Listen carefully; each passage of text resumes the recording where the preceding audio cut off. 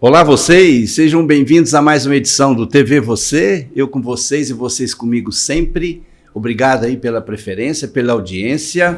Estamos aqui felizes porque temos aqui uma autoridade muito respeitada na cidade, muito querida, já está aqui desde o ano passado. Esse tempo foi suficiente para ele mostrar o seu talento, a sua competência, o seu trabalho, e gerou admiração de muitos que trafegam aí pela BR-050, um longo trecho aí de quase 200 quilômetros.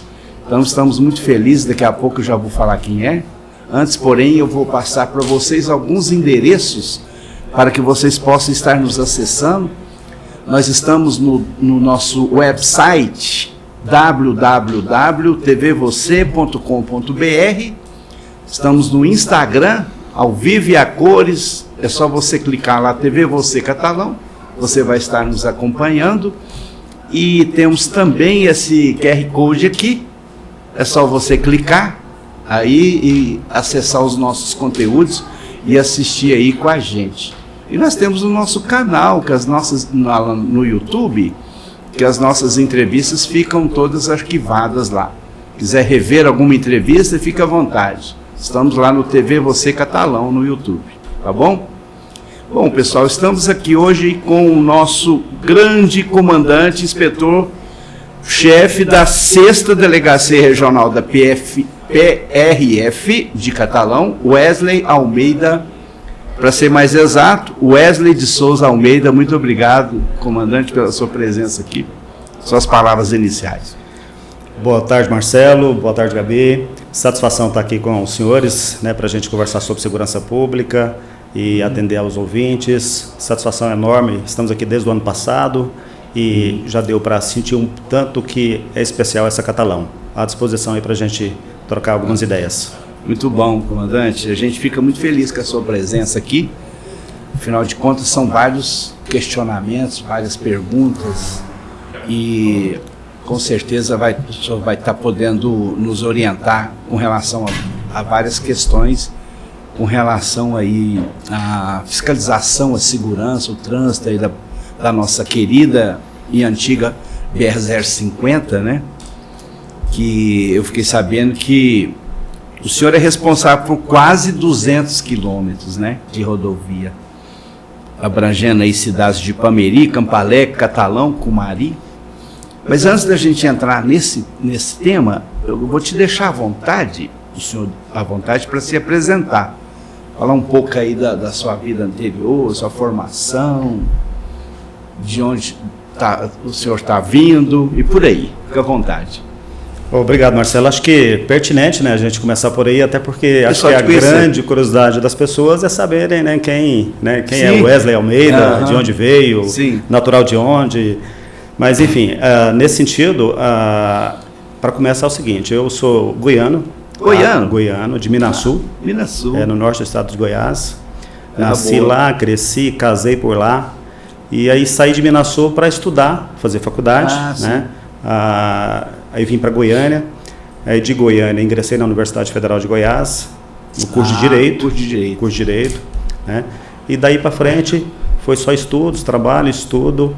E nessa trajetória, só para o senhor ter uma ideia, eu comecei o curso em 2000.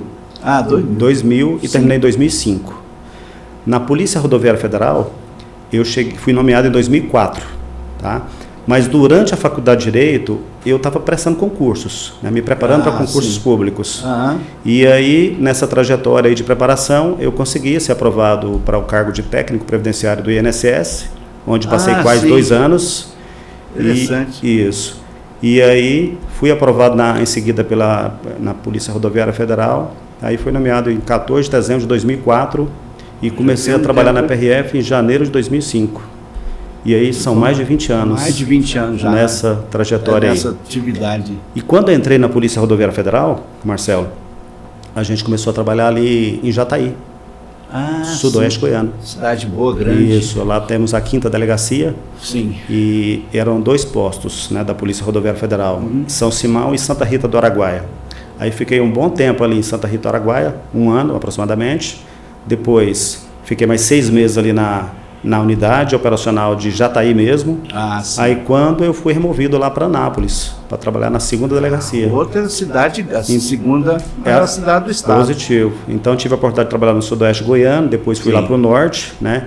No norte fiquei lá mais algum tempo, aproximadamente até 2009, de 2006 a 2009, quando eu vim trabalhar na superintendência da Polícia Rodoviária Federal aqui em Goiânia, né? E aí a gente atuou ali, tanto no núcleo de multas e penalidades na época, trabalhamos tanto no processamento do auto de infração, quanto depois fomos coordenar a equipe de defesa da autuação. Tivemos a oportunidade de também trabalhar com Junta Administrativa de Recursos de Infrações, no apoio técnico, né, que é uma área que presta apoio técnico jurídico ao senhor superintendente. E aí, até 2013, trabalhando ali, nós, a Polícia Rodoviária Federal, né, lançou o projeto de se criar, de se unificar o ensino da Polícia Rodoviária Federal. Sim. E aí, nesse contexto, foi mobilizado alguns servidores, só para o senhor ter uma ideia, foram 25 servidores mobilizados em todo o Brasil para ir fazer parte da equipe de criação da Academia Nacional da Polícia Rodoviária Federal, lá em Florianópolis. Olha só. Que foi em 2013, finalzinho de 2013. Aí, em fevereiro de 2014, nós chegamos lá para colocar em prática o ensino policial concentrado. Eu falo concentrado porque nós tínhamos 4 centros de treinamento espalhados basicamente nas regiões do Brasil. E a gestão disso estava um pouco complicada, né?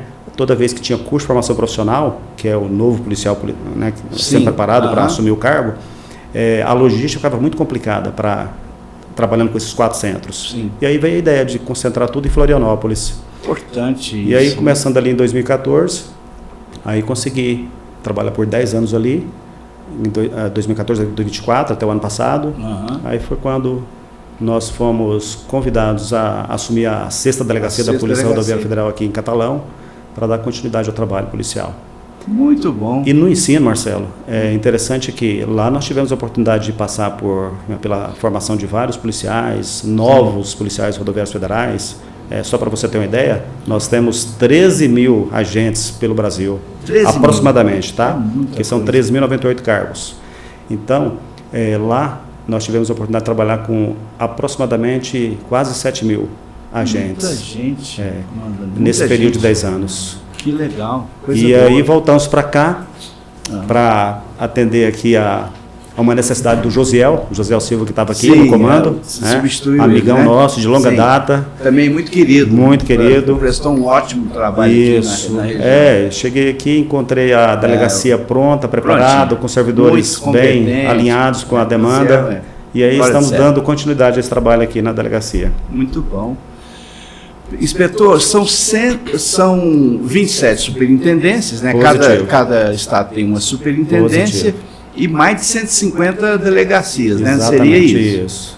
Isso. A estrutura da Polícia Rodoviária Federal é 26 superintendências, né? Mais 26. A do Distrito Federal, 27. 27, sim. Isso. E aí nós temos as 150 delegacias, que cada delegacia tem as suas unidades operacionais, que totaliza quase 500 unidades operacionais, que trabalham com policiamento ostensivo, rodoviário, para levar a segurança pública à população. Legal. E aí, Marcelo, só acrescentar que é interessante, pessoal, saber que a minha formação é na área jurídica, né, que eu comentei, que eu fiz o direito, e também tive a oportunidade de fazer algumas especializações, né? Eu estava lendo seu currículo aqui, pesadão. Aí a gente... Muito forte. Naquela fase, vamos dizer assim, acelerado nos estudos, a gente conseguiu fazer ali um direito constitucional, né, a especialização em direito constitucional, depois fizemos um direito processual. Aí consegui também gostei muito do previdenciário, fiz uma especialização em direito previdenciário. Eu estou vendo aqui. E aí, na Universidade Corporativa da Polícia Rodoviária Federal, em parceria com o Instituto Federal de Santa Catarina, nós concluímos lá uma especialização em perícia e acidente de trânsito. Hoje a gente fala sinistro, mas a perícia que foi inovação na legislação em 2023, né, que a Polícia Rodoviária Federal hoje faz perícia administrativa em acidente de trânsito. Ah, que ótimo. Está preparadíssimo, né? Isso, preparadíssimo. A gente consegue fazer um trabalho diferenciado no sentido de reduzir o número de vítimas no trânsito. Porque às vezes a pessoa quer argumentar, eu tenho direito a isso, eu tenho direito àquilo, você não pode fazer isso comigo porque você está sendo arbitrário, você tá abusando do seu poder. Então é bom a pessoa estar preparada, né? Até porque a Polícia Rodoviária Federal tem como princípio, né, proteger, defender os direitos humanos. Sim. Tá? E aí a aplicação da lei é rigorosa, tanto... Mais justa, né? Exatamente. Rigorosa, mais justa. A que é do cidadão, a que é, né, do ponto de vista do Estado, porque o Estado tem um papel a realizar. E aí ele tem que aplicar as regras legais para isso. Né? E são tantas ocorrências, né? Com certeza. São tantas ocorrências, infelizmente. Muitas frentes de trabalho e assim, exigem um jogo de cintura enorme dos agentes policiais, rodoviários federais. Vocês estão com quantos homens aqui na sexta? A Polícia Rodoviária Federal tem uma característica, que se eu citar a quantidade de agentes aqui na delegacia, de repente não vai dar a dimensão, mas deixa eu explicar o contexto. É porque, como a gente falou, né, são mais de aproximadamente 150 delegacias, quase 500 postos. Esses postos ficam, né, que são chamados de unidades operacionais da Polícia Rodoviária Federal. Eles ficam distribuídos pelo Brasil, de modo que a gente consiga, né? De forma estratégica, para a gente cobrir todo o trecho. Por exemplo, aqui na BR-050, que a gente cuida de quase 200 km de rodovia aqui, né, desde a divisa aqui Goiás até próximo a Cristalina, a gente tem ali, do lado de lá, em Minas Gerais, né, o posto de Araguari, a unidade operacional de Araguari. Então, cobre até na divisa. Da divisa para cá, Catalão cuida. Aí até Cristalina, de Cristalina para frente, aí já temos ali o pessoal do Distrito Federal que cuida do trecho. E aí, quando você fala de efetivo, nós temos aqui um efetivo que ele é coerente com a realidade do Brasil, né?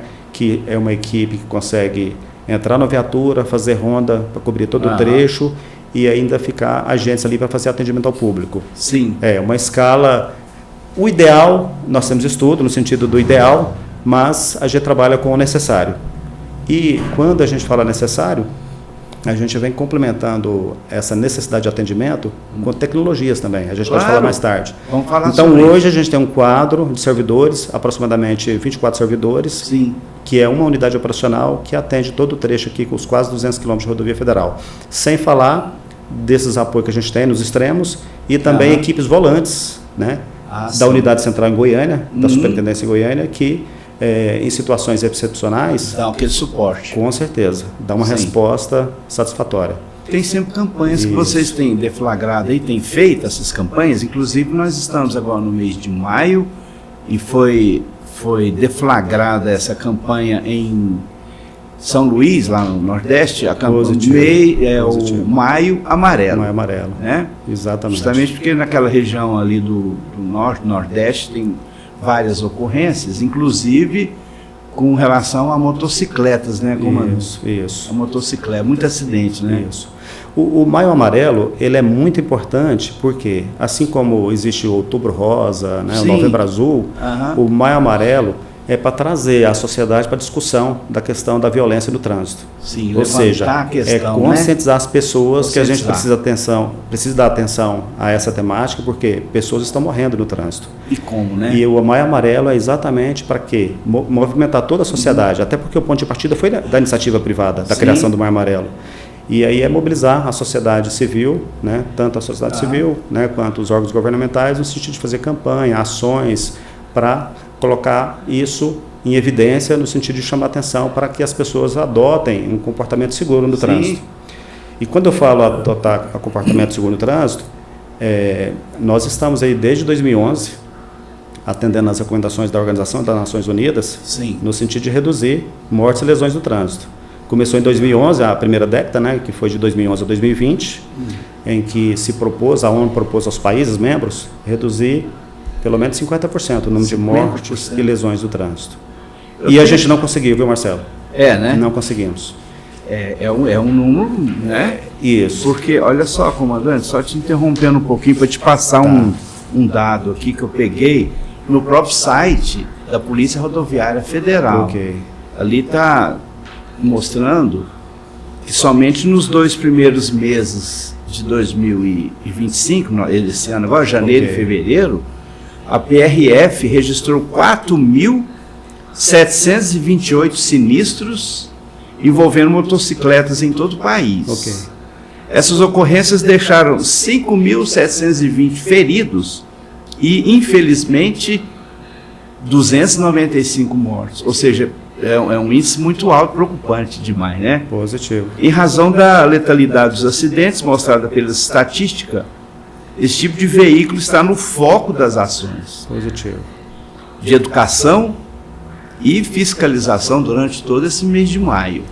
Então, realmente é preocupante, os números são assustadores, né? Sim, Marcelo, só para você ter uma ideia, né? O problema do motociclista é que ele está mais exposto, né? Sim. Qualquer vacilo, queda, ele se machuca muito. Então, infelizmente, né, a gente ouve bastante falar sobre isso quando a gente foi tratar do DPVAT, né? Que o DPVAT indeniza muito a questão das lesões e mortes decorrentes de motocicletas. Então, infelizmente, ainda é a maioria das vítimas, né, com lesões, com mortes no trânsito. E aí a gente fala de mais de 70% dos sinistros envolve o motociclista. E ali no Nordeste, no Norte, Nordeste, algumas cidades, e muitas delas são cruzadas, assim, a rodovia federal cruza a cidade, acaba sendo a via principal da cidade, muitas delas têm política de proibir o motociclista de andar de capacete. Ah, é mesmo? Tem. Olha, esse fato. Trabalhando com os alunos lá no curso de formação profissional de Santa Catarina, a gente trabalha essa temática muito bem, porque o policial chega lá, vê essa situação, o que ele vai fazer? Cumprir a lei. Cumprir a lei, isso. Claro. Mas a gente orienta... Tem uma resistência sobre esse uso do capacete. Na verdade, alguns municípios têm a política, né, de que o capacete acaba, vamos dizer assim, deixando mais discreto ali um possível assaltante. Então, incentivo o não uso, para evitar um assaltante. Uma outra questão, né? Não faz sentido. Não justifica. E aí a gente orienta para que os policiais, né, cheguem nessas frentes de demandas de serviço aí e conversem com o município, com as autoridades locais, no sentido de preparar a população, né? Sim. Porque a legislação é federal, tá? Assim, o município não tem competência para legislar, para isentar o motociclista federal, né, de utilizar o capacete. E aí é feito esse trabalho. Então é muito comum no Norte, Nordeste do país, cidades em que o poder público municipal até incentiva o não uso do capacete. E aí, por isso que o índice é muito alto, né, de mortes e lesões por falta do uso do capacete. E o capacete é fundamental.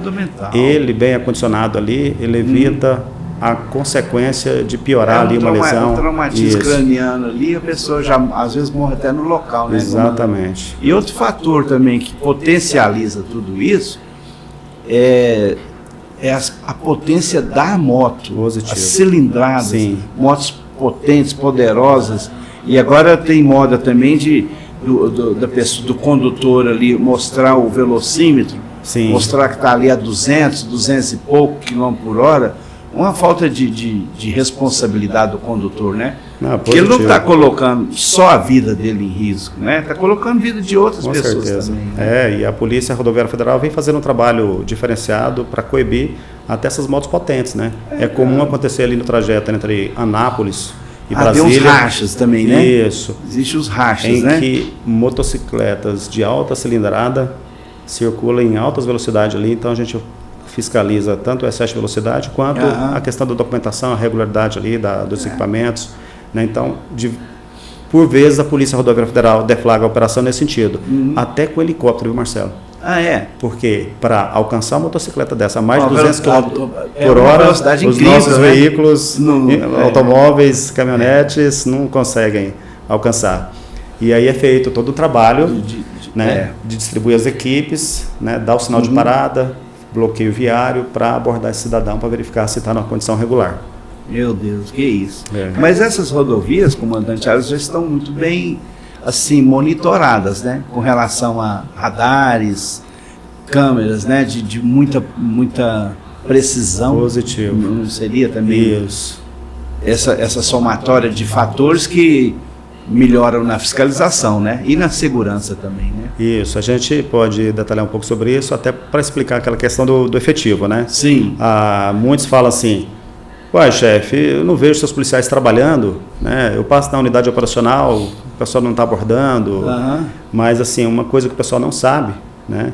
E é público, né? Basta uma simples pesquisa vai verificar o seguinte, que a Polícia Rodoviária Federal trabalha com abordagem orientada por inteligência, né? Sim. A gente chama de análise de informação. Então, por exemplo, essa rodovia federal monitorada com câmaras, né, com inteligência artificial, capta a informação, manda para um grupo de agentes, essa informação é analisada e, se precisar intervir, o policial que está aqui de prontidão, fazendo a ronda, ou então na unidade operacional, faz a intervenção. E aí a gente está falando assim, por exemplo, para ficar bem claro para os ouvintes, se um veículo foi furtado, roubado, ele pode correr na internet, registrar lá no sistema Sinal. Sim, na própria internet você já tem isso. Antes de ir lá na delegacia da Polícia Civil fazer a ocorrência, ali, né? Ele corre lá na internet, no site da PRF, Sinal, registra lá que o veículo dele foi furtado, né? Sim. Ou roubado, no caso. A Polícia Rodoviária Federal recebe imediatamente a informação e vai para todos os celulares dos policiais. Olha que eficiência. Isso. Já cerca logo. Então o policial, quando faz a fiscalização ali, já está verificando isso o tempo todo. Tem em mãos todos os dados. E aí ele pode fazer a intervenção se visualizar o veículo, né? E é muito importante que, quando se comunica imediatamente, a resposta é muito melhor, mais bem rápida, melhor das forças policiais. A eficácia, né? Sim. E aí, tanto nisso quanto também, por exemplo, os criminosos, né? Nós temos, né, a gente está falando aí de rodovias que ligam grandes centros. Sim. E por elas circula cargas, pessoas, carga roubada, veículo furtado, roubado. E drogas e pessoas com problema de justiça, mandado de prisão expedido. Então, tudo isso a gente faz usando tecnologia.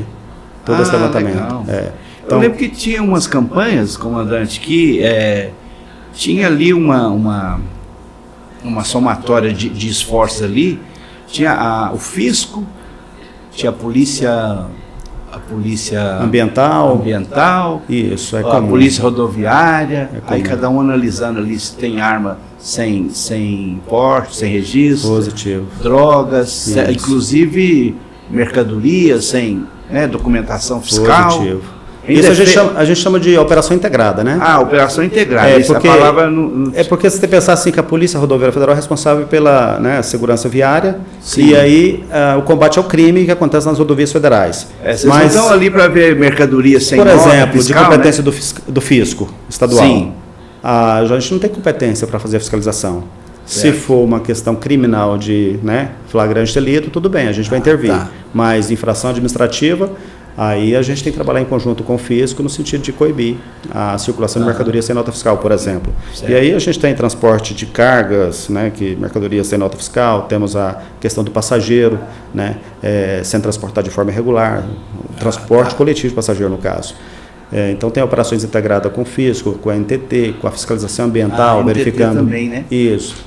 Fiscalização ambiental, verificando a questão de produto perigoso, agrotóxico, porque todas essas mercadorias têm regulamento próprio, né? Sim. Se a gente for falar do produto perigoso, que por exemplo, que tem a nossa fiscalização, mas tem todo um regulamento para transporte, documentação, madeira, animais silvestres. O peso, né? Isso, excesso de peso. Excesso de peso. Então, a gente une competência municipal, estadual, federal, e aí nessas esferas nós temos vários órgãos que cuidam de várias temáticas, reúne todo mundo ali para fazer um trabalho diferenciado, fazer uma entrega de qualidade à população. Essa questão de verificar o peso é da Polícia Rodoviária Federal? É uma fiscalização de trânsito. Sim. Fiscalização de trânsito. Mas tem que ter uma balança. O caminhão para na balança. E a outra opção seria verificar a nota fiscal. Sim. Então temos a fiscalização por nota fiscal, em que o transportador ali, o embarcador declara o peso da mercadoria. E nos locais que tem a balança, a gente coloca o veículo sobre a balança e verifica se tem excesso de peso ou não. Nota fiscal e o real peso. No caso, quando a gente coloca na balança e constata que o peso observado, verificado, é superior ao que foi declarado na nota fiscal, tem impacto fiscal. Já é de interesse do fisco. A gente lavra o auto de infração, talvez evolui para uma questão criminal, porque o excesso de peso em veículos de grande porte causa danos à via. Então, isso é alinhado com o Ministério Público Federal.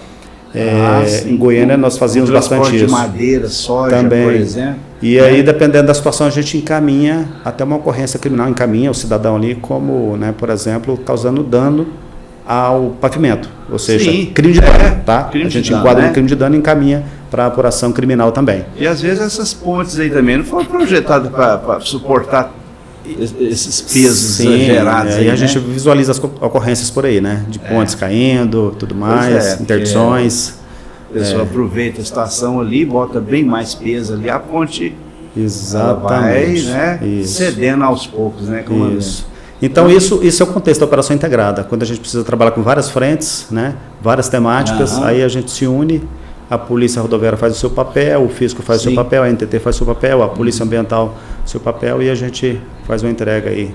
Muito bom. Muito boa à sociedade. Outra parceria que eu já entrevistei agora o comando aqui da 18º Batalhão, eles sempre me falam dessa parceria salutar que vocês têm com a Polícia Militar, né, com relação aos fugitivos, né, a droga, a assaltos, enfim. É muito eficaz essa parceria de vocês, né? Positivo, competente, positivo. Né? Na verdade, assim, nós só temos divisão de atuação quando é competência administrativa. Sim. Então, cada um no seu quadrado, para o pessoal entender. Né?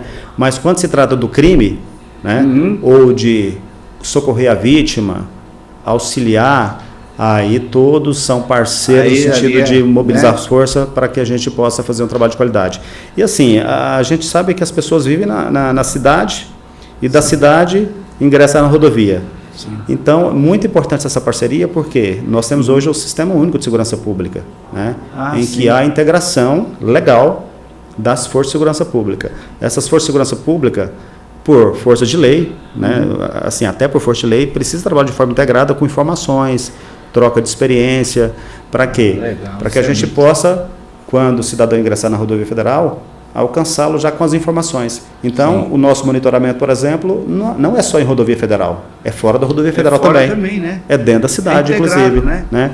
Quando a gente não pode ir lá atuar dentro da cidade, né, a gente, com parceria com a Polícia Militar, né, e o Tenente Coronel Henrique do Regional presta um excelente apoio nesse sentido, o Tenente Coronel J. Júnior também, o Bombeiro, né, o Major William, por exemplo, que aqui também. Nós temos a concessionária aqui que faz um trabalho excelente no socorro, é uma turma boa demais, uma turma boa e integrada, né, uma sintonia perfeita. E deve funcionar assim, fica mais fácil. Assim, né, sintonia boa, sem pensar em concorrência, sem pensar em... Né, porque pelo contrário, o que importa é o cidadão, é levar um serviço de qualidade do cidadão. E quando eu falo levar um serviço de qualidade do cidadão, é que no socorro à vítima, por exemplo, é muito importante o primeiro atendimento. Né? Então, quanto mais qualificada a equipe ali para atender a ocorrência, melhor, a gente vai ter uma resposta melhor. Porque o tempo de resposta ali no socorro à vítima vai fazer a diferença entre a vida e a morte dela. Com certeza. E no combate ao crime, imagina, Marcelo, a gente dá uma ordem de parada do veículo, o cidadão abandona o veículo e ingressa na mata. Você acha que a Polícia Rodoviária Federal tem todo um aparato para se mobilizar ali para perseguir o criminoso? É da parceria. Polícia Civil, Militar, Polícia Rodoviária Federal vai se unir nesse momento, porque é um crime, todo mundo tem competência. Sim. Nós sabemos que qualquer um do povo pode dar voz de prisão, né? Sim. Então, é um esforço conjunto, né? E aí, esforço conjunto, troca de informações, essa integração toda permite que a gente consiga fazer uma entrega de qualidade. A questão da segurança pública. Quanto mais integração, mais competência, o resultado mais rápido, né? Isso, positivo. Para resolver aquele problema. Porque a gente vê que Catalão, comandante, está tomando, eu sei que não é só Catalão, mas vamos pôr Catalão como exemplo, está tomando uma proporção grande, é uma cidade que está crescendo muito. Sim. E agora com essa duplicação desse trecho urbano aqui, que a coisa ainda vai ficar mais, né? Isso. Mais complicado. Nós estamos evoluindo, está crescendo, mas também a qualidade do trabalho prestado pelas forças de segurança pública está melhorando bastante e a gente está conseguindo fazer uma entrega razoável, salutar. Posso dizer que nos últimos anos o número de mortos, por exemplo, vem diminuindo. A criminalidade, roubo de carga, transporte passageiro, vem diminuindo, né? Reduziu. Nós aqui no trecho, por exemplo, nos últimos tempos não se ouve falar de roubo de carga, roubo de transporte coletivo passageiro, que era comum. Tá? Inclusive, lá no início da carreira, né, há quase 20 anos... Era comum isso, né? Eu lembro que nós viemos fazer uma operação aqui na região de Cristalina, né, para combater o roubo de transporte coletivo passageiro, ônibus, né? Roubar ônibus. Então era bastante comum. O pessoal às vezes vinha do Paraguai trazendo mercadorias, né? Celulares, aquela coisa toda. A gente chama de contrabando, descaminho. Descaminho, contrabando. E também tinha aquela turma que gostava de burlar a lei ali, assim, o fisco. Ok. Né? Sem documentação fiscal. Então tinha essa... E a própria bandidagem já fazia um rastreamento ali, de saber que aquele ônibus ali tinha já o crime organizado, tem muita informação. Tem informação demais. Então, assim, o poder estatal ele tem que estar preparado para fazer frente a essas situações, porque a gente não pode subestimar mais que eles estão desinformados. Estão organizados, infelizmente. E aí a gente tem que dar um passo à frente para levar a proteção à população, né? Porque senão, se a gente perder o controle, aí a gente não vai ter mais segurança, não vai poder ir e vir com segurança por aí. Eu sei que não é da sua área, mas como é que está o andamento dessa duplicação aí? Sei que não é sua área. Marcelo, é nossa área sim, é de grande interesse, porque é o seguinte... eu tava falando, a rodovia, né? Eu estava falando, por exemplo, da ONU, né? Uhum. Não, a responsabilidade é da concessionária, porque, só para explicar o contexto para o pessoal entender, quando a gente fala do Plano Nacional, né, de Segurança Viária, a gente trabalha com 6 frentes, né? A gente fala de gestão, fiscalização, educação, a questão dos veículos, a via e educação, né? Educação, gestão, fiscalização. Então, todas as frentes são trabalhadas. A questão da via, como ela é uma rodovia concedida à iniciativa privada, então é um contrato que tem com a concessionária para que ela cuide da rodovia. Faça aquele trabalho. E o que é cuidar da rodovia? Ela vai gerir a rodovia no sentido de deixar em condições de trafegabilidade, né? Uma via segura, uma via com conceito de que aquelas rodovias que perdoam, ou seja, é um conceito europeu em que se o cidadão errar, talvez a rodovia permita que ele corrija. Por exemplo, a gente fala das defensas, né? Se ele sair da pista ali, cair no acostamento e sair da pista, se tiver uma defensa, ele consegue retomar o leito carroçável. Rodovias que perdoam. Então, a gente trabalha muito em parceria com a concessionária nessa questão aí. O tempo todo no sentido de minimizar os acidentes, os sinistros que ocorrem na rodovia. Como? A Polícia Rodoviária Federal faz o primeiro atendimento, né, no acidente grave. Temos a obrigação de fazer a perícia, o levantamento pericial, identificar quais as causas, né, quais os fatores contribuintes para aquele sinistro, e aí identificando que o problema é na via, acione a concessionária para dar todas as providências, né? Seja melhorando o trajeto, seja colocando um ponto de fiscalização de radar. Por exemplo, que tombou ali e obstruiu a passagem. Por exemplo. Aí já é a concessionária que tem que... É a concessionária que é responsável no sentido de minimizar a situação. Aqui no trevo do Dimic, no 283 da BR-050, por exemplo, está comum ali os tombamentos. Isso. Ali a gente tem demanda junto à concessionária no sentido de adotar providência para que minimize aquilo ali. E o que ela fez imediatamente? Reduziu a velocidade. E aí o pessoal não está conseguindo...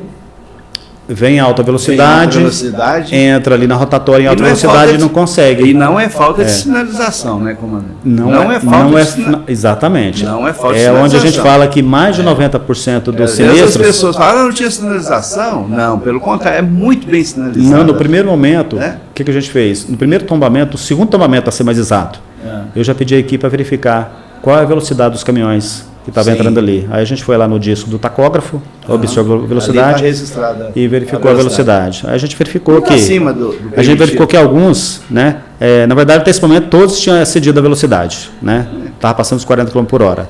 E aí a gente pediu para a concessionária reduzir, passar para 20 km por hora. Né? E também a questão de colocar ali algum obstáculo físico, cones, para quê? Para ficar mais clara a questão do perigo que é aquela curva ali, até eles entregarem a pista principal, né, em cima, que é o viaduto ali no caso. Porque tem trechos de curvas muito acentuadas, né? Positivo. E a gente não vê, por exemplo, não sei se é permitido ou não, quebra-molas em rodovias federais não é permitido, não, né? A regulamentação não permite. Quebra-mola não, né? Não. É a lombada. A gente hoje trabalha com a lombada eletrônica, no lugar dos quebra-molas, né? Que a gente conhece como quebra-molas. Mas a regulamentação não permite a instalação. A gente falando de tombamento, comandante, vem uma outra questão, que é aqueles rebites, aqueles estimulantes para que a pessoa... O motorista profissional, dirigir em altas horas. Dirigir altas horas, tá ali ultrapassar as horas de descanso. E isso é muito comum também, infelizmente, né, comandante? E também existe ponto de venda desses rebites por aí, né? E não sei se, só para o pessoal entender, que a Polícia Rodoviária Federal, em conjunto com o Ministério Público do Trabalho, fez uma pesquisa lá no Mato Grosso para verificar por que os veículos de grande porte, os motoristas profissionais, estavam sendo vítimas de acidentes. Por que estava acontecendo muitos acidentes? Constataram que eles estavam usando substâncias estimulantes para se manter acordado por longo prazo. Isso, o resultado da pesquisa constatou que mais de 40% dos motoristas estavam utilizando de substâncias psicoativas para se manter acordado por mais tempo, né? Quando eu falo substância psicoativa, cocaína, anfetamina, estimulantes, né? Uma série, né, de... E isso motivou a regulamentação para que o motorista fosse obrigado a descansar um período mínimo, a cada 24 horas, no caso, né? Hoje está estabelecido em 11 horas. Esse descanso, ele é obrigatório. Ele não é opcional. Sob pena de multa e retenção de veículo, a retenção do veículo até que ele cumpra, né, esse descanso obrigatório. E aí a questão também da fiscalização da substância psicoativa. A gente conseguiu fazer a regulamentação pelo Conselho Nacional de Trânsito. Para quê? Para que os policiais tivessem condições de flagrar o motorista com visíveis efeitos de substância psicoativa, pudesse também fazer os devidos encaminhamentos criminais. Eu não sei se o pessoal lembra, os ouvintes acho que talvez vão lembrar de visualizar, de vez em quando aparece nas redes sociais, aquele motorista super alterado. Demais. O pessoal está sob efeito de droga e tal. Esse cidadão, por exemplo, pode ser, né, responder pelo crime do artigo 306 lá, que é embriaguez ao volante, que a gente chama de embriaguez ao volante. Está pondo a vida dele só em risco, está pondo a vida de outras pessoas também. Então, nós temos ferramentas para coibir esse tipo de comportamento. E aí, tanto a fiscalização para cuidar do motorista, descanso e consumo dessas substâncias, quanto os pontos de venda ao longo das rodovias federais. A Polícia Rodoviária Federal... Tem os pontinhos de venda que eles já têm até onde comprar, né? Isso, a Polícia Rodoviária Federal vem trabalhando. Mas aí é o seguinte, a pessoa fica ligadão ali 8, 10, 20 horas ligado, mas a hora que apaga também... E mesmo durante o desligado aí que o senhor está colocando, Marcelo, ele não tem condições de reflexo. Não tem condições de adotar uma decisão segura. É verdade. O problema da substância psicoativa, aí a gente pode incluir o álcool nesse contexto, o álcool também, né? É que a pessoa fica sem capacidade de reflexo quando ela precisar agir. E aí a gente fala que ainda mais de 30% dos acidentes, né, dos sinistros, 30%? Ainda tem a relação com álcool, consumo de álcool. Com álcool, né? Ainda tem. Tá? Então, era maior, mas está diminuindo com a fiscalização, com o trabalho, com a conscientização, né? Com o cidadão contribuindo para a causa, porque é bacana a gente ver alguns grupos que as pessoas já têm essa preocupação, né? Já tem um motorista rodada, então isso é super positivo, então já está melhorando. Isso é bom.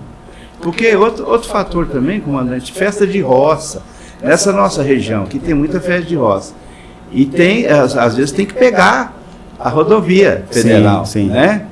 Tem algumas festas aí que você tem que pegar a rodovia federal. É importante isso que você está falando, porque nós temos aqui no trecho, o ano passado foram 12 mortes, tá? 12 mortes. 12 mortes. A maioria delas é o pessoal local. É o pessoal que está saindo ali do seu sítio, do seu rancho, entrando na rodovia federal, baixa velocidade, às vezes está no acostamento. E é vítima. É vítima. Porque vem um caminhão, vem um ônibus, alta velocidade. Reflexo, né? A última moça que foi, né, que teve uma colisão traseira na sua motocicleta, por exemplo, aqui no perímetro urbano, foi um fato desse. Ela entrou na rodovia e viu um carro em alta velocidade, não conseguiu parar, bateu na traseira, ela veio a óbito no local. Morre na hora. Então é muito importante isso que você está falando, é o seguinte, que a população local tem que ter cuidado.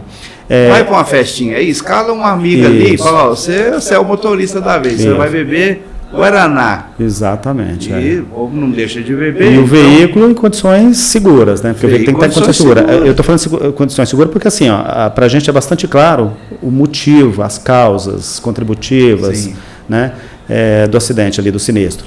E uma simples lanterna apagada à noite já é o suficiente. É o motivo para que ocorra o sinistro e o resultado da morte.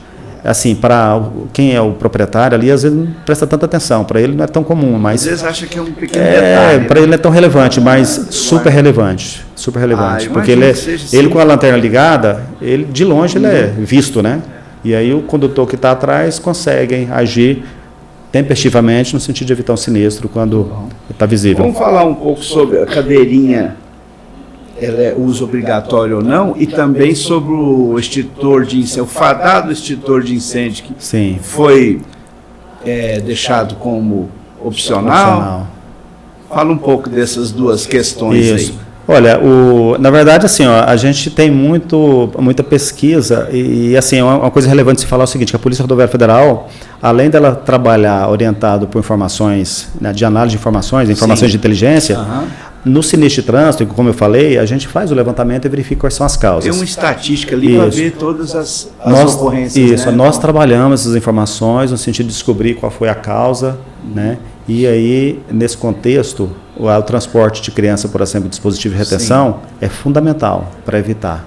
Né? Então, pesquisas anteriores conseguiram constatar o seguinte, constatar que as crianças estavam, né, sendo vítimas dos sinistros, aí, lesionando, até, né, vindo a óbito, porque não estava sendo transportada de forma adequada.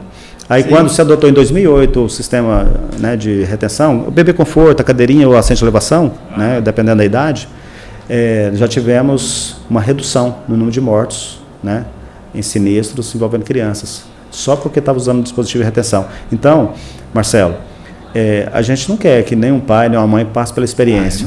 Não teste, entendeu? Não experimente. Vale a pena utilizar. A pessoa acaba com a vida. Isso. Do filho e dela também, né? Isso. Então, o cinto de segurança a gente coloca nesse pacote, porque o cinto de segurança ele salva vidas, tá? Como salva? Em qualquer lugar no veículo, né? Banco traseiro, dianteiro, motorista, passageiro, muito importante. E uma coisa que não é cultural também a gente utilizar é dentro de ônibus, tá? Muito importante, né? A gente incentivar, não utiliza, é muito incomum. Salva vidas, né? Salva vidas. Então são coisas simples que pra gente, eu que estou mais de 20 anos na instituição, vendo isso de perto, já viu muitos acidentes, né? Trabalhei lá no ensino com esses mais de 6 mil policiais, então a gente fala o tempo todo, trabalha com estatística, então pra gente é muito claro que pequenas condutas, né, você tem a questão da lanterna, pode mudar pequenas condutas, pequenos gestos, e faz toda a diferença aí no resultado, né? E mais de 90% dos sinistros é o comportamento do condutor, é o comportamento do cidadão, né? Um simples atravessar de rua, Marcelo, e a ONU identificou que as maiores vítimas, né, em sinistro de trânsito são os pedestres, ciclistas, e aí quando passa para automóveis a gente, né, chega, por exemplo, motocicleta. Nessa gradação, por exemplo, a gente parte do pedestre, ciclista, motocicleta, automóveis como as maiores vítimas do trânsito. Então, o pedestre tem que tomar cuidado na hora de atravessar a rua. Sim. E tem que né? Isso. Então, está na faixa pedestre, é o local dele atravessar, mas tem que fazê-lo com segurança, com cautela, prestando atenção. Né? Isso. E assim, só para o senhor ter uma ideia, nas rodovias federais, a gente não chega a 6 mil mortes por ano, tá? Nas vias federais. Das 33 mil mortes em todo o Brasil no ano de 2023, né, porque 2024 está sendo fechado ainda, aproximadamente 6 mil na rodovia federal. As demais mortes nas rodovias estaduais e municípios, né? Municípios, infelizmente, ainda ganham. Está ganhando o município? Está ganhando. O problema está dentro da cidade. O maior problema, na verdade, né? Aqui em Catalão tem acidente de moto todo dia. Então, às vezes com vítima fatal, que é muito triste. E por que acontece isso no município? Porque a política do município é não censurar tanto o condutor, né? Existe uma tolerância, né? A questão política. E aí, por isso é que houve a inovação legislativa no sentido de pedir para que os municípios municipalizassem o trânsito. Municipalizar no sentido de estruturar para quê? Para censurar, para coibir, para fiscalizar o trânsito. Tanto preparar as vias seguras, quanto fiscalizar as condutas irregulares. E aí a gente tem mais de 5 mil municípios, né, que a maioria ainda não conseguiram implementar essas medidas, mas está evoluindo. Inclusive aqui na região, de influência aqui da 6ª Delegacia da PRF, são 22 municípios. Estamos trabalhando com os municípios nesse sentido, tá? Tanto oferecendo toda a assessoria, estrutura para eles municipalizarem o trânsito, criar a Semana Municipal de Trânsito, igual o Catalão tem, né? Agora, sim, em maio, inclusive, vai ter a Semana Municipal de Trânsito, e também preparar toda essa estrutura no sentido de fiscalizar o trânsito municipal. Ah, legal. Vocês têm uma carreta que tem um cinema ali, né? Projeto sensacional, viu, Marcelo? Projeto legal, né? Sensacional. Aquilo ali sabe, a pessoa é voluntária, quiser assistir... Isso, você sabe que nós conseguimos preparar essa carreta, foi um veículo que foi, né, estava sendo ingressando no país de forma irregular. Ah, sim. Né? Porque você sabe que o veículo adquirido no estrangeiro tem toda uma burocracia para ingressar. Aham. Essa carreta estava ingressando, foi dado confisco, né? Foi apreendido pela Receita Federal. Irregular. Importação irregular do veículo, né? Sim. Aí foi dado confisco e aí, nesse confisco, a Polícia Rodoviária Federal foi beneficiada com o veículo e adaptou, preparou ele para... Ah, legal. Né? Esse foi o ponto de partida. E aí nós criamos, adaptando essa carreta, criamos um cinema lá dentro, com poltronas, telão. Legal. E aí essa carreta fica viajando pelo Brasil, né? Sim. Afora. E parando em pontos estratégicos, tem público de interesse, etc., oferecendo para que as pessoas, né, nesses momentos, né, de campanhas, de movimento, igual o Maio Amarelo que está acontecendo agora. Isso é muito importante. Eles possam, por exemplo, ali visualizar vídeos, né, palestras, abordagens sobre questão de sinistro de trânsito, né? É uma conscientização que a gente faz às pessoas, motoristas, e esses motoristas são parados ali e convidados a assistir. Ah, legal. Isso é muito bom. Eles assistem, gostam pra caramba, porque eles têm a oportunidade de até avaliar ali. No primeiro momento resistem, porque, poxa, está atrapalhando minha viagem, eu preciso chegar. Sim, mas essa pequena paradinha, quando ela visualiza ali o quanto é importante utilizar o cinto de segurança, o quanto é importante deixar de utilizar o celular enquanto está dirigindo, o quanto é importante ligar uma luz indicador de direção, uma seta. Sim. São pequenas atitudes que fazem grande diferença, né? Demais. E aí eles saem dali com aquela sensação de que, poxa, valeu a pena. Valeu a pena. Dar uma olhada. É um filme assim de uma meia hora, por aí? 30 minutos. 30 minutos, não passa disso, né? Então, uma fala inicial ali. Uma fala inicial, mas 15 minutos de filme, tal, 30 minutos no máximo ali, o cidadão, a cidadã, ele consegue passar pela experiência. E a alta velocidade ainda anda sendo também um dos fatores, né? O cidadão ele velocidade, né? É a questão cultural, né? Motores bons, o carro leve, você aperta o pé um pouquinho ali, ele já está 130, 140. E pega uma via dessa duplicada, uma via boa dessa, né? E quando acontece o sinistro, o estrago é grande, viu, Marcelo? Eu tenho um amigo que trabalha na Polícia Rodoviária Federal, ele me disse uma vez o seguinte, falou, quando bate um carro acima de... Não é à toa que está ali 100 por hora, não é à toa. Se bater acima disso, nada funciona, nem airbag, nem cinto, nem nada vai te salvar a sua vida. Exatamente, Marcelo. Não salva. Por isso que a definição da velocidade ali tem estudada, tudo, né? A ver com esses estudos, com a possibilidade de minimizar os danos. Né? Vamos pôr 80 aqui, vamos pôr 100 aqui. Isso. E assim, a questão da velocidade, a gente ainda tem o problema de ser pontos fixos de fiscalização, né? Sim. Lá em Minas Gerais, por exemplo, já está sendo testado o modelo de velocidade média, né? Ah, sim. Teste, não está autuando ainda. Não está autuando, porque nós precisamos alterar a legislação para lavrar o auto de infração e aplicar as penalidades decorrentes. Mas esse modelo, ele está caminhando para ser regulamentado, está em teste, vai ser regulamentado, e quando estiver em pleno funcionamento, a tendência é estender para todo o Brasil. E nós já temos a proposta para se instalar aqui no perímetro urbano aqui da BR-050. Ele passa o veículo passa por um equipamento fixo, que pega ali, é a questão da cálculo de o perímetro que ele, né, o trajeto que ele fez naquele tempo. Aquele cálculo de velocidade média naquele trajeto. Então, o primeiro ponto, o ponto A, pega o tempo que ele passou ali, o ponto B pega o outro tempo, verifica quantos quilômetros que ele percorreu naquele trajeto, naquele tempo. Aí verifica a velocidade média. Aquela cálculo simples de velocidade média. Isso. E aí, sim, o equipamento da frente detecta, tudo automático, né? É eletrônico, captura a imagem do veículo, placa, e manda para o sistema de processamento para lavrar o auto de infração. Esse é o modelo. Isso está funcionando também com o excesso de peso, tá? O excesso de peso também? Já temos ali em Uberlândia esse sistema de fiscalização dinâmica, né? Ou seja, o veículo está em movimento, está passando, independente da velocidade, fiscaliza peso dos veículos de grande porte. Olha só que tecnologia, hein? Excelente. E essas câmeras, elas fazem o reconhecimento facial ou não? Nós temos tecnologia já instaladas em operação na Polícia Rodoviária Federal, que permite a lavratura do áudio de infração, né, através da leitura, né, do reconhecimento facial. Por exemplo, ali no perímetro urbano de Uberlândia, sim, nós já conseguimos identificar, por exemplo, se o cidadão está manuseando um celular enquanto dirige, né? E as câmeras com inteligência artificial, né, as IAs que a gente chama, elas conseguem individualizar, né, trazer concretamente a informação para que o agente ali, visualizando em tempo real, consiga identificar essa infração. Tem informações precisas ali, né? Então, basicamente, manuseando o celular e sem a utilização de cinto de segurança, a inteligência artificial já está ajudando bastante, né? Legal. E esse projeto, essa estrutura está vindo para Catalão, para aqui também, perímetro urbano né? de Catalão, depois da entrega da duplicação dos quase 12 quilômetros que rodovia aqui no perímetro urbano. Voltando nesse tema aí, nós começamos a conversar. O senhor acha que esse ano é entregue essa duplicação desses 12 quilômetros aí?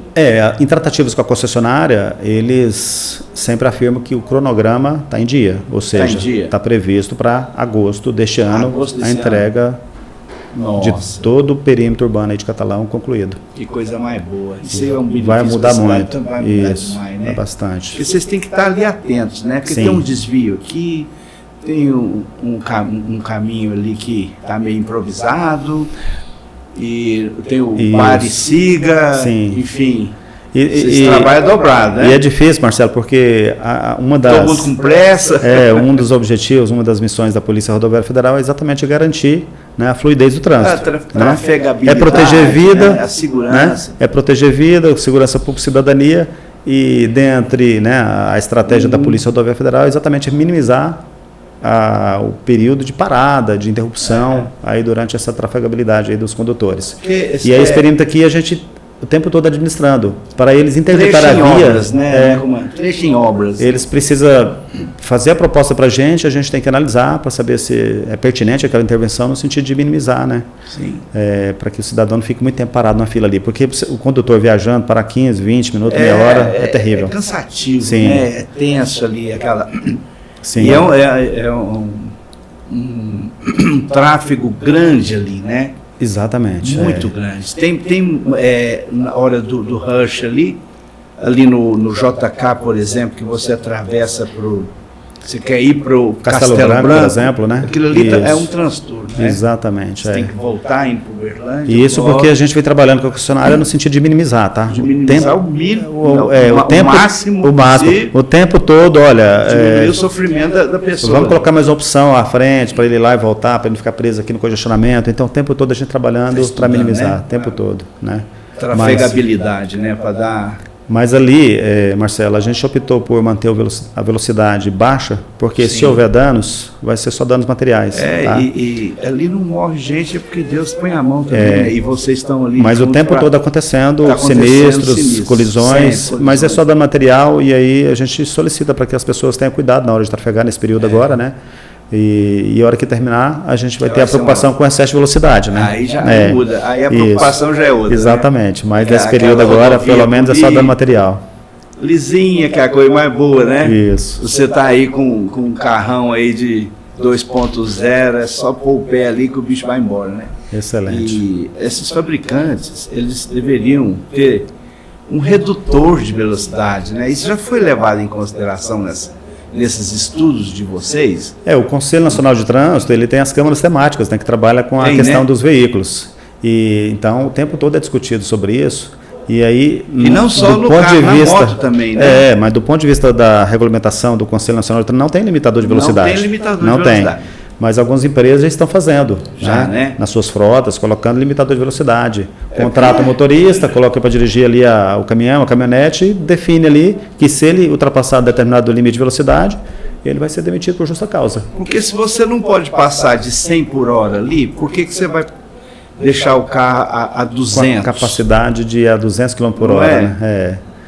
Aonde que você pode correr a 200 por hora? No autódromo, não né? é muito a minha área não, mas assim, o Brasil também ele trabalha, né, com exportação de veículo e tudo mais, importa tecnologias. Eu sempre pergunto, eu falo assim, o cara quer andar 200, vai para uma pista né, em uma Interlagos aí, por exemplo.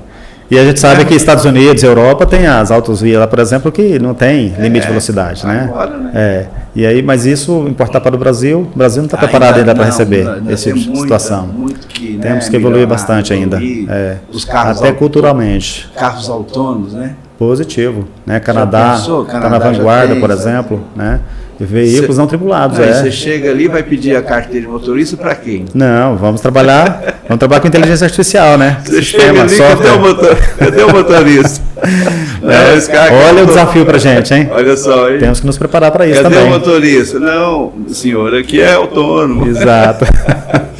Vai chegar lá uma hora, né? Com certeza. Aí vai ter que ter uma outra visão da situação, né? Mas nós ainda não temos preparo para isso. Não, né? Aqui no Brasil ainda tem, já estamos beliscando esse tipo de... né? A coisa está já começando a prosperar, mas alguns ambientes fechados ainda controlados. Nas rodovias federais ainda não temos. Monitoramentos, né? Sim.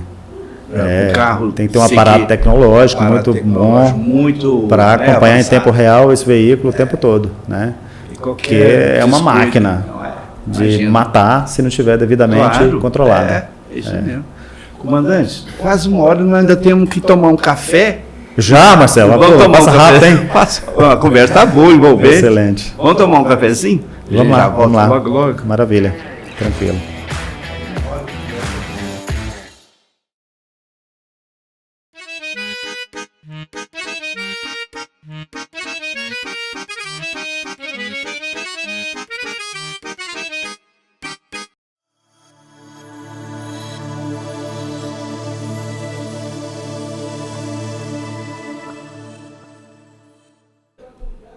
Esse momento aqui, comandante, a gente toma um cafezinho, oferecimento do Rubens Pena, nosso diretor, e preparado pela nossa videomaker Gabi Tavares. Excelente. Filha do seu colega de profissão. Isso. Né?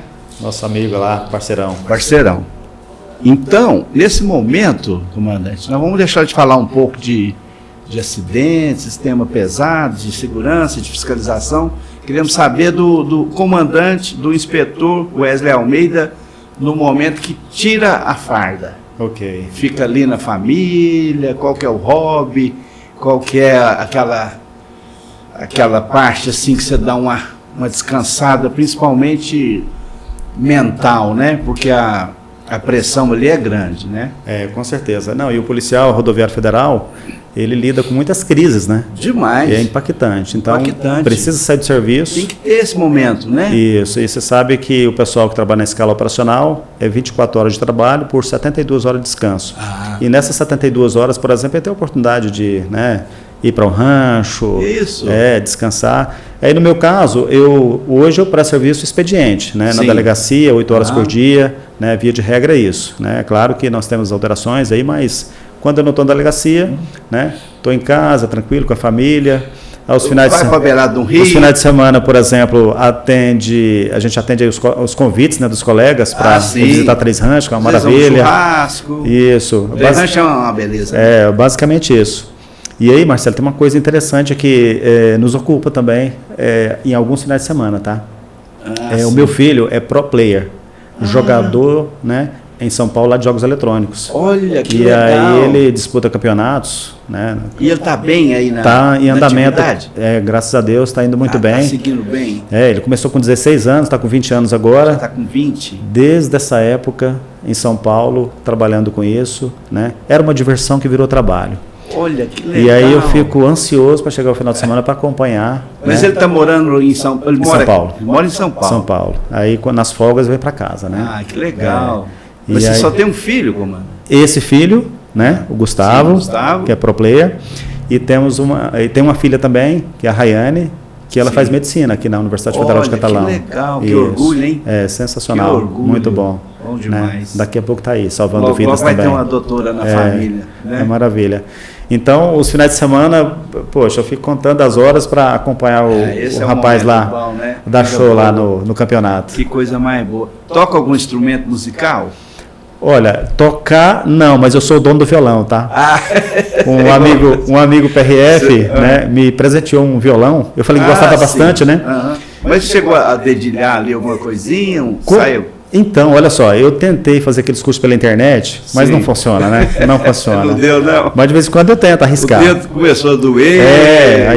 Mas eu tento arriscar. Mas infelizmente, né? Mas gosto bastante, mas tá? É um momento muito importante, sim, né? Para dar aquela reequilibrada e retomar a atividade de vocês, que não é fácil. Esses 10 anos lá em Florianópolis, senti muita falta disso. A rodada de violão ali, né? Isso é importante. A nossa música local, você fez muita característica sertaneja. Lá, né? Sim. Tem muita amizade boa, né? Isso, não. E ali perdura até hoje. Com certeza, né? Outras culturas, né? Então, contato com outras culturas é diferente um pouco. Realmente. E voltamos porque acaba que a gente sente falta disso, né? Goiás, isso, sim, diferente, bom, né? é diferente. Nosso Goiás é bom demais, né? E aqui, então, a gente está tendo a oportunidade, de vez em quando, reunir, né? Aí, nos eventos, né, meio de ano, feriados, e a gente encontra com a família. Natal bom. Tem a tradição, Natal, final de ano, reunir todo mundo. O Natal passado, por exemplo, o pessoal veio aqui para casa, por exemplo, que era, né, o meu primeiro ano aqui em Catalão. Nós tivemos a reunião, todo mundo junto, legal. Família. É isso aí. A gente tem um quadro aqui, comandante, que é o bate-rebate. Eu falo uma palavra, você sugere para a gente um livro, por exemplo. Tá. Que a gente possa estar lendo, que o senhor leu e foi bom. Excelente. Em relação ao livro, acho que no contexto aqui a gente pode citar, por exemplo, Dos Delitos e das Penas, de Cesare Cesária. Dos Delitos e das Penas. Isso. Porque quando eu estava na universidade, né, cursando curso de Direito, eu tive contato com esse livro. E ele foi inspirador porque lá no século XVIII, né, ele é de 1764, salvo engano, a publicação dele, no movimento iluminista, né, e o pessoal do direito com certeza vai ter uma clareza melhor do que eu estou falando. Ele foi inspirador porque ali era um autor tentando combater, né, aquelas posturas, vamos dizer assim, aquelas posturas radicais, né, do Estado. Né, no movimento iluminista. E uma das coisas que me chamou a atenção no livro foi o seguinte, é que o Estado tem o dever de proteger o cidadão. Sim. Então, Cesário, ele defende ali o seguinte, que o Estado ele não pode matar o cidadão, ele tem que proteger o cidadão. Ele defende ali que não pode haver pena de morte, né, pelo Estado. Né? Então, em última análise é isso, mas de modo geral, ele fala que o cidadão, né, ele tem como instrumento o Estado, que o Estado é um instrumento para que ele possa ser feliz, viver bem. Garantir ali os seus direitos. E isso está coerente lá com a ideia de Rousseau também, Jean-Jacques Rousseau, né, do contrato social, que o homem é bom por natureza. Boa leitura. Então, bastante inspirador, principalmente para os profissionais de direito, né? Muito bom. Um filme, assim, que eu já assisti várias vezes e é muito inspirador, Gladiador. Gladiador, filmaço. Russell Crowe é o protagonista do filme, que eu acho que eu posso contar o final, porque ele já é de longa data, né?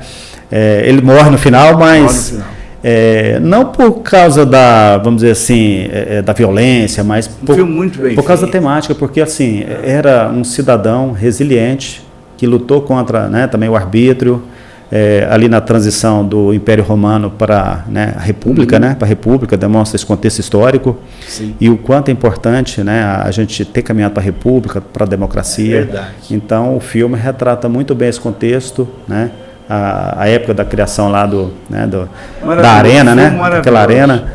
Filme muito bem feito. Muito interessante. Permite uma reflexão muito bacana para todo mundo. Né? Sim. Uma comida, comandante. Acho que muitos ouvintes que me conhecem já vão saber. Ele vai falar isso, sempre eu brinco, né, quando eu vou nos eventos aí, que se tiver pão de queijo, o pão de queijo vai me agradar bastante, né? Pão de queijo. Até demais. Porque, Marcelo, lá no sul... Pão de queijo é bom demais. Lá no sul, nós temos o pão de queijo, mas é com essência de queijo, tá? Não é esse pão de queijo. É um absurdo. Não é a mesma coisa. Ralado, não, esse queijo ralado, curado, nós temos aqui em Minas Gerais, Goiás, lá praticamente não existe. Bota só uma imitação de queijo ali. Então, pãozinho de queijo, sensacional. Realmente, muito faz bom, a diferença. Um cafezinho com leite então, hein?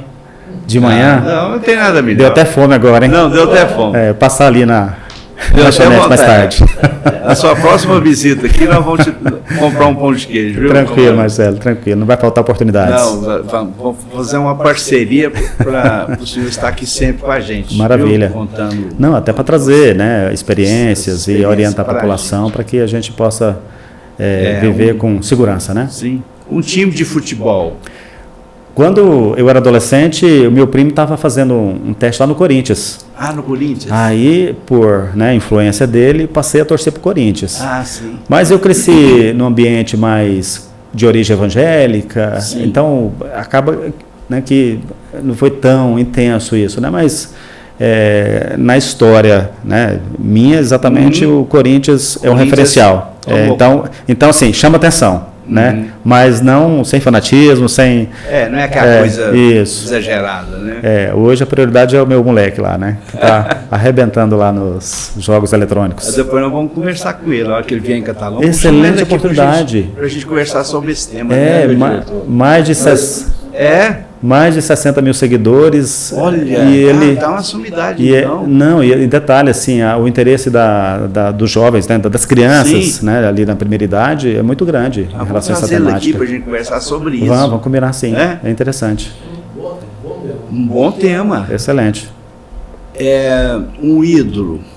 Olha, um ídolo que eu posso citar, acho que o meu pai. Seu pai. Meu pai é um referencial bacana porque, assim, é uma pessoa simples, né? De origem.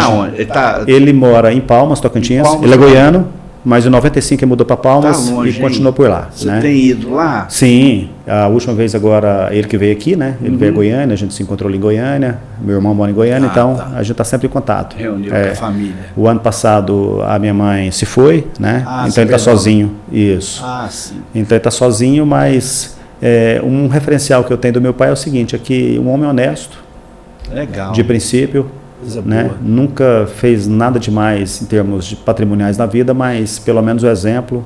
Isso é o que importa, isso é o mais importante. Isso, então assim, acho que é um referencial super positivo. E com certeza ele tem muito orgulho disso. Senhor. Com certeza. Ele fala bastante sobre. Comandante, uma saudade. Uma saudade. Uma saudade. Uma saudade. A gente sabe que na trajetória de vida, né? Sim. É natural que haja as perdas, né? Como eu citei. Eu não queria que a minha mãe tivesse ido mais cedo, né? Acho que ela foi com 69 anos. Nova, hein? Novona. Então, sinto saudades. Queria que ela estivesse aqui, né? Queria que ela tivesse visto os bisnetos que vão vir ainda, né? Ela não teve a oportunidade. Mas isso sim, hoje em dia bate a saudade da velhinha. Não tem como ser diferente. Mas aí. Onde ela estiver, ela está muito orgulhosa do filhão que ela colocou aqui para nós todos. Nossa expectativa é nesse sentido mesmo, que ela está lá, vibrando. Comandante, a prosa está muito boa, sei que o senhor é um homem muito ocupado, tem muita coisa para fazer, então eu vou te liberar, te agradecendo muito, foi um prazer te conhecer, o TV Você está sempre à sua disposição, viu? E venha quando quiser, a gente vai tomar um bom café e um pão de queijo. Na próxima. Pode marcar. Pode marcar. E fica à vontade aí para despedir do pessoal. Então, aqui, Marcelo, nunca vai ser uma perda de tempo, porque aqui a gente está conversando com o cidadão, com a cidadã, orientando conduta segura no trânsito. E a Polícia Rodoviária Federal, cada agente que está ali faz esse trabalho com orgulho, com dedicação, porque o resultado é visível. Né? Pequenas ações ali, talvez o pessoal olhe assim, poxa, está fiscalizando, está levando alto, mas assim, isso salva vidas, faz a diferença. Porque um cidadão, ele censurado, autuado, recebendo ali uma censura ali no comportamento, ele nunca esquece. Né? Às vezes foi uma vez na vida. É muito comum a gente abordar, nossa, eu nunca fui abordado pela Polícia Rodoviária Federal, está sendo a primeira vez. E eu falei, que bom que está sendo abordado para uma orientação, para uma pequena correção, porque poderia ser em outro contexto, né? Isso aí, às vezes, está salvando a vida dele, né? Isso. Então, nunca vai ser perda de tempo estar aqui conversando com você, com os ouvintes, né? Porque a gente está falando de segurança pública e isso é fundamental para que a gente possa viver feliz. Aí eu me coloco à disposição, ali na delegacia da PRF aqui em Catalão, né? Sempre que quiserem conversar, né? à vontade, tomar um café com a gente lá também. E se os ouvintes precisarem também, a Polícia Rodoviária Federal está à disposição através do 191, é o telefone de emergência, né? 191. Qualquer necessidade nas rodovias federais, é só fazer contato que a equipe vai atender e fazer os devidos encaminhamentos, conforme a ocorrência, tá? Muito bom, comandante. A gente fica muito feliz com a sua vinda aqui, te agradecemos mais uma vez. E para vocês que ficaram com a gente até esse momento, muito obrigado pela audiência, pela preferência e até uma próxima edição, se Deus quiser. E Ele há de querer.